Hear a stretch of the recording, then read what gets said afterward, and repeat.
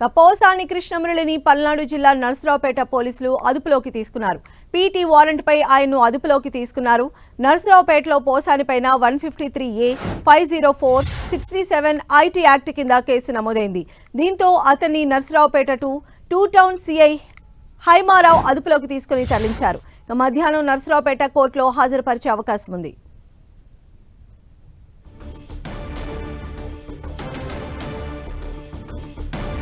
నటుడు పోసానిని నర్సరావుపేట పోలీసులు అదుపులోకి తీసుకున్నట్టుగా తెలుస్తోంది. ఆయన పీటీ వారెంట్ ఇచ్చి ఆయన్ని అదుపులోకి తీసుకున్నారు. పల్నాడు జిల్లా నర్సరావుపేట పోలీసులు ప్రస్తుతం ఆయన్ని అదుపులోకి తీసుకున్న దృశ్యాలు కూడా మన 10 టీవీ స్క్రీన్ పైన చూడొచ్చు.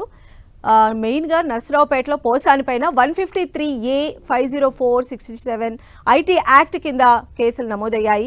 దీంతో అతన్ని నర్సరావుపేట 2 టౌన్ సిఐ హైమారావు అదుపులోకి తీసుకుని తరలించారు. ఇక మధ్యాహ్నం నర్సరావుపేట కోర్టులో పోసానిని హాజరుపరిచే అవకాశం ఉంది.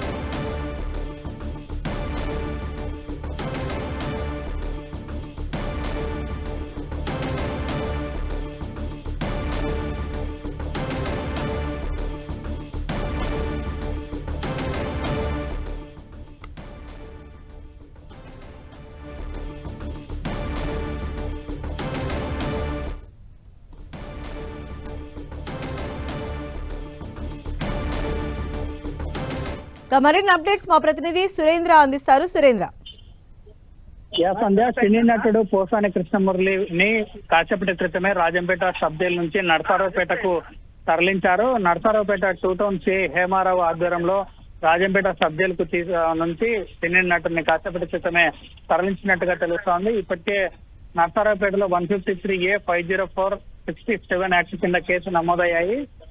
పీటీ వారెంట్ కింద రాజంపేట సబ్ జైలుకు చేరుకున్నటువంటి హేమారావు కాసేపటి క్రితమే తనకున్నటువంటి వైద్య పరీక్షలన్నీ ముగించుకొని రాజంపేట నుంచి సబ్ జైలు నుంచి నేరుగా నర్సరావుపేటకు తరలించారు. రాజంపేట సబ్ జైలుకు తరలించే క్రమంలో రిమాండ్ రిపోర్ట్ లో దాదాపు పోసాని కృష్ణమురళి పైన 15 కేసులు రిజిస్టర్ అయ్యాయి. 15 కేసుల్లో భాగంగా నర్సరావుపేటలో కూడా కేసు రిజిస్టర్ కావడంతో పీటీ వారెంట్ మీద అక్కడికి తీసుకెళ్లారు. ప్రస్తుతానికి దాదాపు 4 రోజుల నుంచి రిమాండ్ ఖైదీగా ఇక్కడ రాజంపేట సబ్ జైల్లో పోసాని కృష్ణమురళి కొనసాగుతున్నారు. గత 2 రోజుల క్రితం కూడా మనం గమనించాము.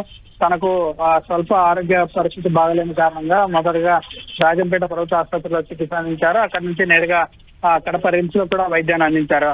మొత్తం అన్ని చోట్ల కూడా పరీక్షల అనంతరం ఎక్కడా కూడా ఆరోగ్యం నిలకడగానే ఉంది. ప్రస్తుతం ఆరోగ్యంగా ఉన్నారు, ఇబ్బంది లేదని తెలియడంతో వెంటనే కడప రిమ్స్ నుంచి తిరిగి రాజంపేట సబ్ జైలుకు కూడా తీసుకెళ్లారు.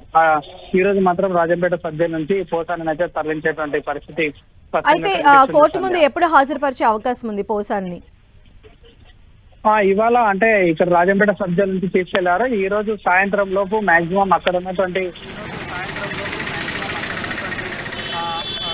కూడా ఫాలో అవ్వడంతో పాటు స్టేషన్కు ముందుగా నర్సరావుపేటకు తీసుకెళ్లి అక్కడ విచారణ అనంతరం కోర్టులో హాజరుపరిచే అవకాశం కూడా స్పష్టంగా కనిపిస్తూ ఉంది. ఎందుకంటే ఇక్కడ పోసానిని తీసుకొచ్చినటువంటి క్రమంలో ఓబులవారిపల్లిలో కూడా దాదాపు 9 గంటల పాటు విచారించిన అనంతరమే రైల్వే కోర్టు మేజిస్ట్రేట్ ముందు హాజరుపరిచారు. కాబట్టి అక్కడ ఉన్నటువంటి యాక్షన్ ప్రకారం పోలీసులు ప్రశ్నలు అందించే అవకాశం ఉంది. ఆ విచారణ తర్వాత జరిగే పరిస్థితులు కూడా రిమాండ్ రిపోర్ట్స్ వ్యవహారాలన్నీ కూడా కొనసాగుతాయి.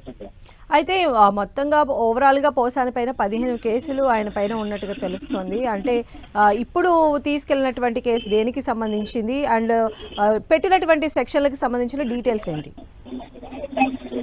సంధ్య దాదాపు అంటే పోసాని ఓబులవారిపల్లి పోలీస్ స్టేషన్ లో కేసు నమోదు తర్వాత మేజిస్ట్రేట్ ముందు హాజరుపరిచేటువంటి క్రమంలో దాదాపు రాష్ట్ర వ్యాప్తంగా ఇటు అనంతపురం కావచ్చు, పల్నాడు జిల్లాలో ఉన్నటువంటి నర్సరావుపేట కావచ్చు, హిందూపురం కావచ్చు, ఇట్లా రాష్ట్ర వ్యాప్తంగా ఉన్నటువంటి 15 కేసులలో పోసాని అయితే అదుపులోకి తీసుకొని దాని మీద విచారించే అవకాశం ఉంది. ఇప్పుడు నర్సరావుపేటకు సంబంధించి 153A, 504, 67 ఐటీ యాక్ట్ కింద కేసు నమోదు చేశారంటే సోషల్ మీడియా వేదికగా ఇప్పుడు డిప్యూటీ సీఎం పవన్ కళ్యాణ్, చంద్రబాబును, లోకేష్ ను అసభ్య పదజాలం వాడినటువంటి విషయంలో ఆ కేసు నమోదు చేశారు.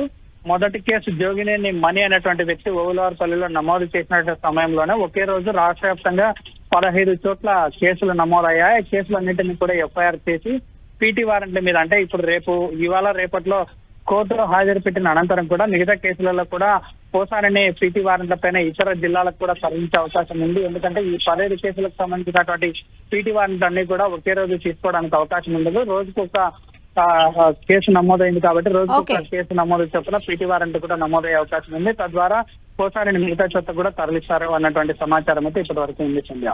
రైట్ సురేంద్ర.